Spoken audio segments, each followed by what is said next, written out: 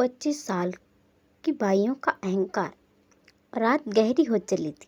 खिड़की से बाहर घनघोर बारिश हो रही थी। बूंदों की लगातार पड़ती आवाज जैसे किसी भूली बिसरी याद को फिर से जिंदा कर रही थी। मैं चुपचाप कुर्सी पर बैठा खिड़की से बाहर देख रहा था। सड़क पर एक छोटा सा लड़का भाग रहा था और उसका बड़ा भाई उसके सिर पर छाता ताने हुए उसके पीछे पीछे चल रहा था। बड़ा भाई खुद भीग रहा था लेकिन छोटे को बारिश से बचा रहा था।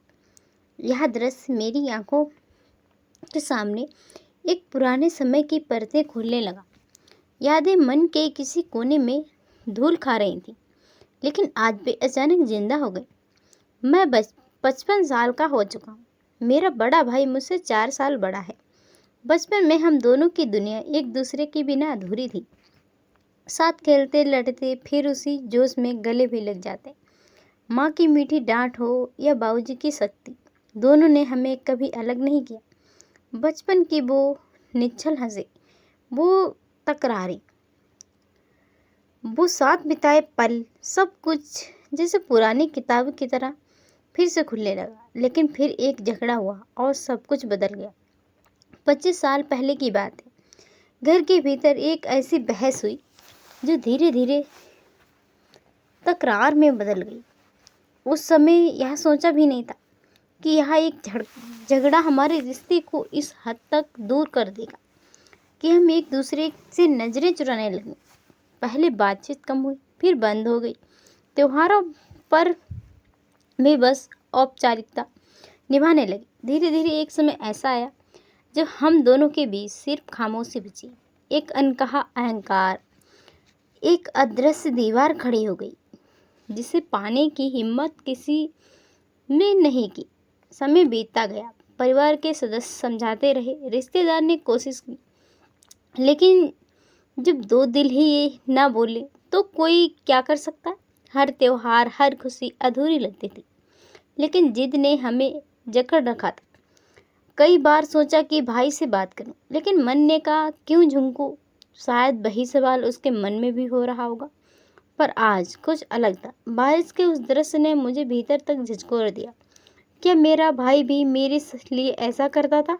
हाँ, ना जाने कितनी बार बचपन में स्कूल जाते समय वह मेरा बैग उठाकर चलता, बारिश में भीगते हुए मेरा हाथ थाम लेता, हर मुश्किल में मेरा सहारा बनता। और मैंने क्या किया, एक झगड़े को इतना बड़ा बना दिया कि वह मेरे रिश्ते से बड़ा हो गया। मैंने तय कर लिया कि अब वह यह सब और नहीं। दिल ने कहा जो होना है सो होना है, लेकिन मैं एक बार जाकर अपने भाई से माफ़ी मांगूंगा, फिर चाहे वह मुझे माफ़ करे या ना करे, कम से कम मैं इस बोझ से तो मुक्त हो जाऊंगा। रात के अंधेरे में तेज बारिश की बीच से घर निकला। मेरे भाई का घर ज़्यादा दूर नहीं था, लेकिन बरसों की दूरी तय करना आसान नहीं था। दिल धड़क रहा था, क्या होगा, वह मुझे देखेगा भी या नहीं, दरवाज़ा खोलेगा या अंदर आने से मना कर देगा। मैं ना जाने कितनी आशंकाओं से घिरा हुआ था, लेकिन कदम अपने आप आगे बढ़ते जा रहे। जब मैं उसके दरवाजे पर पहुंचा तो देखा कि बाहर अपनी कुर्सी पर बैठा अखबार पढ़ रहा था। यह वही पुरानी कुर्सी थी जिस पर बैठकर वह अक्सर शाम की चाय पिया करता था। मैंने गहरी सांस ली और आगे बढ़ा।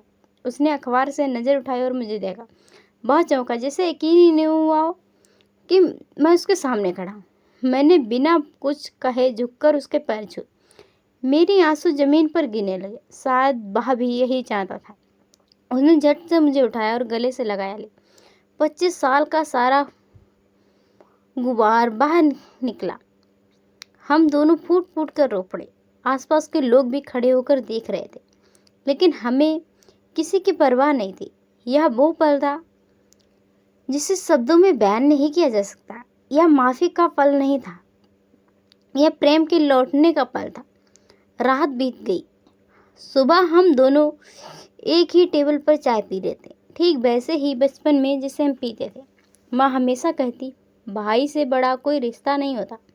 आज उनकी बात पूरी तरह समझ में आ गई थी। जिंदगी बहुत छोटी होती, अहंकार आपको अपनों से दूर कर देता है, लेकिन जब तक सांसें चल रही हैं तब तक रिश्तों को बचाया जा सकता है। माफ़ी मांगने वाला छोटा नहीं होता और माफ़ करने वाला कभी बड़ा नहीं होता। उस रात मैंने प्रेम को चुना, नफ़रत को नहीं, और उस एक निर्णय ने मेरी पूरी ज़िंदगी बदल दी। दोस्तों, वीडियो पसंद आई हो तो लाइक और शेयर ज़रूर कीजिएगा। चैनल पर नए हो तो मेरे चैनल को सब्सक्राइब कर लें। Thanks for watching.